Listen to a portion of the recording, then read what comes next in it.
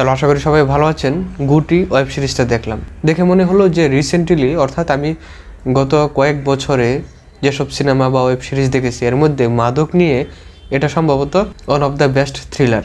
কেননা মাদক নিয়ে তো আরও সিনেমা হয়, যেমন ধরেন বাংলাদেশে অনেক সিনেমা রয়েছে, এর মধ্যে মাদকের নাম করে রয়েছে সিনেমা যে সর্বনাশা ইয়াবা মারুফের সিনেমা, যেটি পরিচালনা করেছেন কাজী হায়াত। যে এই ধরনের সিনেমা যেগুলা যা ব্যবসা সফল হয় না, মানুষের কাছে ওই রকম গ্রহণযোগ্য হয় না, কেননা তারা তো অর্থাৎ দর্শকরা তো যখন কোনো সিনেমা বা ওয়েব সিরিজ দেখে তারা তো শুধু সেটার কুফল দেখতে চায় না, দেখতে চায় যে একটা ভালো গল্প, সেই গল্পটার পরিণতি ক্যারেক্টার অনুযায়ী ভালো হতে পারে, খারাপও হতে পারে, যে কোনো কিছু হতে পারে। ভালো গল্প মূলত দর্শকরা দেখতে চায়। এবং আরও অনেক সিনেমা রয়েছে যেগুলোতে ক্যারেক্টারের মাদক সেবন করে, কিন্তু সেগুলা মাদক কেন্দ্রিক হয় না। আর যেগুলো মাদক কেন্দ্রিক হয় সেগুলোকে বেশিরভাগ ক্ষেত্রেই শুধু মাদক দিয়ে এতটাই এলোমেলো করে রাখে যে গল্প দেখার বা ক্যারেক্টারগুলা বোঝার জন্য যে ধরনের ইমোশনাল অ্যাটাচ হওয়া দরকার ওই রকম আমরা হতে পারি না, কারণ গল্পগুলা বা ক্যারেক্টারগুলো ওই রকম ভালো হয় না, উপস্থাপনা ভালো দেয় না। তো সেই অনুযায়ী মনে হলো যে বেশ কয়েক বছরের মধ্যে যেসব মাদক নিয়ে সিরিজ বা সিনেমা রয়েছে সেগুলোর মধ্যে অন্যতম একটা ভালো সিরিজ হচ্ছে শঙ্কর দাশগুপ্তের পরিচালনা এই ওয়েব সিরিজ, যার নাম গুটি। এবং গুটিতে প্রধান চরিত্রে অভিনয় করেছেন আজমেরি হক বাঁধন, এবং তার পারফরমেন্স আমার কাছে মনে হয়েছে যে খুব ভালো করেছে। আর এই ওয়েব সিরিজে যে 7টা পর্ব রয়েছে সেই 7টা পর্বতেই মূলত কাহিনীটা এগিয়ে নিয়ে যায় হচ্ছে বাঁধনে। আর এছাড়া অনেকগুলা সাপোর্টিং ক্যারেক্টার রয়েছে, এর মধ্যে শাহরিয়ার নাজিম জয় রয়েছে, নাসিরুদ্দিন খান রয়েছে।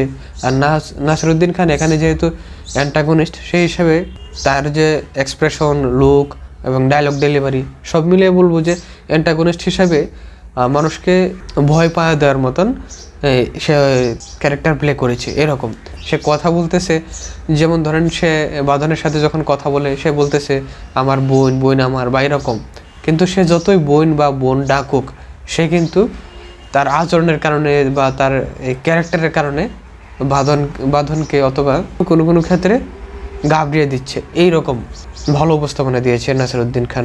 এছাড়া আরও বেশ কয়েকজন সাপোর্টিং ক্যারেক্টার রয়েছে, যেমন মৌসুমী হামিদ রয়েছে, ইরফান মেদা শিবলু রয়েছে, এরা ভালো উপস্থাপনা দিয়েছে। তো মূলত বলবো যদি মাদক নিয়ে কোনো ভালো ওয়েব সিরিজ দেখতে চান তাহলে এটা বেটার। কেন? কারণ হচ্ছে যে আপনারা যখন মাদক নিয়ে কোনো কিছু দেখেন সেটা শুধু মাদকের কুফল বা মাদক নিয়ে কে কী করছি সেটাই দেখাচ্ছে, শুধু মাদকের মধ্যে সীমাবদ্ধ থাকছে বেশিরভাগ বিষয়গুলো। যেসব সিনেমা বা ওয়েব সিরিজ থাকে বেশিরভাগের মধ্যে এটা হয়, কিন্তু এখানে বিষয়টা যদিও মাদক নিয়ে, কিন্তু ব্যাপারটা মাদকের মধ্যে সীমাবদ্ধ না। ব্যাপারটা হচ্ছে যে যারা মাদকের সাথে জড়িত, যারা মাদক খাচ্ছে এটা না, যারা মাদক বহন করছে অথবা এটা সাপ্লাই করছে তাদের যে উদ্বিগ্নতা সেটা। যেমন দেখেন এই সিরিজের মধ্যে বাঁধন মূলত তার সংসার ভালোভাবে চালার জন্য, যে তার সংসারে যেহেতু বেশিরভাগ মানুষ এবং বেশিরভাগেরই আয় ইনকাম নাই, এমনকি তার একজন ভাই রয়েছে যে নেশাগ্রস্ত থাকে, এই যে তাদের এই পুরো ফ্যামিলিটা চালানোর জন্য সে একটা ক্লিনিকের সাথে কাজ করার সাথে সাথে মাদক ক্যারি করে। সে এটা বিভিন্নভাবে ক্যারি করে শরীরের ভেতরে নিয়ে, সে ঢাকা টু চট্টগ্রামে প্রায় সময় যাতায়াত করে। আর শরীরের ভেতর মাদক নিয়ে যাতায়াত করাটা খুবই আনহেলদি, সেটা তো সহজে বোঝা যায়।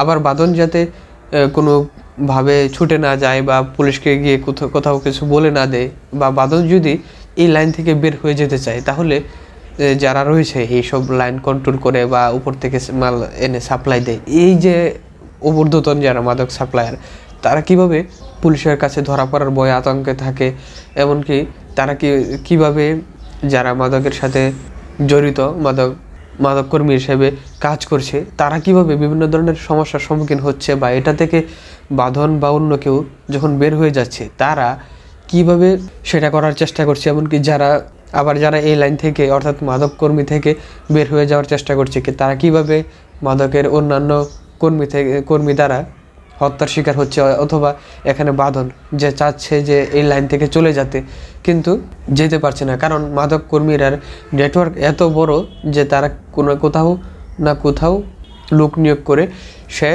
বাঁধন বা যারা মাদক কর্মী তাদেরকে বের করে ফেলে, এবং সেটা তারা খুব সহজেই করতে পারে তারা নেটওয়ার্কের বিশালতার কারণে।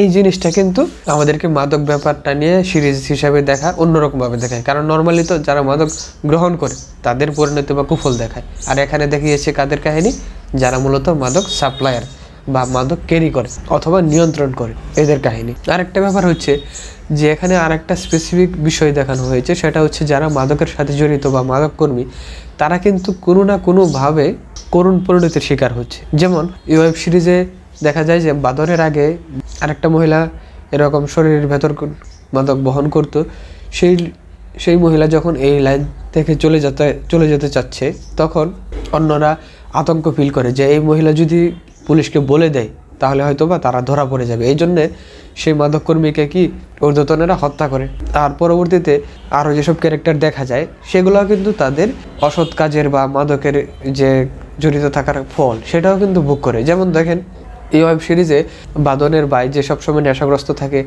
সে তার একমাত্র ইনকামের অবলম্বন তার ট্রাক, সে ট্রাকটা সে হারিয়ে ফেলে এবং কি সে যেখানে সেখানে ছুটে বেড়ানোর জন্য মাদক খোঁজার জন্য যে হইচই সেটা সে করতে পারবে না, কারণ হচ্ছে তার একটা অ্যাক্সিডেন্ট হয়ে সে তার একটা পা হারিয়ে ফেলে। অথবা মৌসুমী হামিদ থাকে যে মূলত পরকীয়া করে, কিন্তু সে একসময় দেখা যায় কি পরিবারের এমন একটা অবস্থায় পড়ে যে তার আশেপাশে যত মানুষ থাকে সবাই কিন্তু কোনো না কোনোভাবে হারিয়ে যায়, তখন সে একেবারে নিঃস্ব অসহায়ের মতন অবস্থায় পড়ে। আবার জয় যে মূলত মৌসুমী হামিদের সাথে বিবাহ বহির্ভূত একটা সম্পর্ক করে।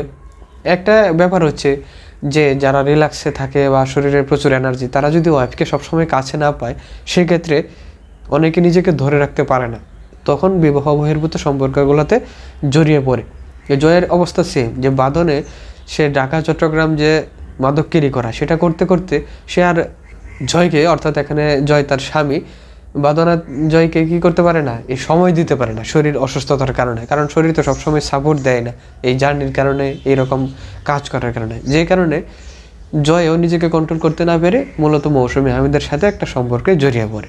তো জয়ও শেষ পর্যন্ত এই যে কাজগুলো এগুলোর কারণে সে তার ওয়াইফের কাছে ছোটো হয়, এমনকি শেষ পর্যন্ত সেও একটা অন্যান্য ঘটনা চক্রে এক জায়গায় সে জেলের মধ্যে বন্দী হয়। আর বাঁধন সে ওয়েব সিরিজের শুরু থেকে যখন থেকে সে চাচ্ছে যে এই লাইন থেকে চলে যাবে, তখন থেকেই সে বিভিন্নভাবে যারা মাদককর্মী তাদের নেটওয়ার্কের কারণে সেটা থেকে বের হতে পারে না।